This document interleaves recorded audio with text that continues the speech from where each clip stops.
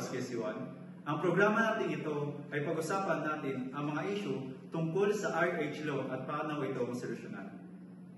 Ang unang issue na ating tatalakay ay ang teenage pregnancy at ang family planning. Para gabayan tayo sa ating pag-uusap, nandito po si Mr. Glenn Cipriano at si Dr. Ben Pintolan.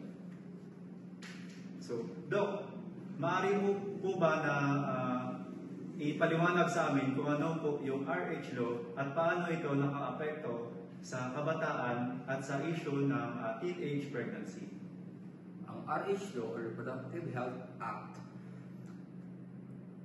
ay isang batas na naglalayong bigyan ng access ang mga Pilipino sa mga impormasyon at serbisyo tungkol sa reproductive health. Kabilang dito ang mga impormasyon tungkol sa pagpaplano ng pamilya, mga paraan ng kontrasepsyon at mga sakit na nakukuha sa pagtatali. Ipaliwanag ang mga probisyon ng RH Law na may kinalaman sa mga kabataan tulad ng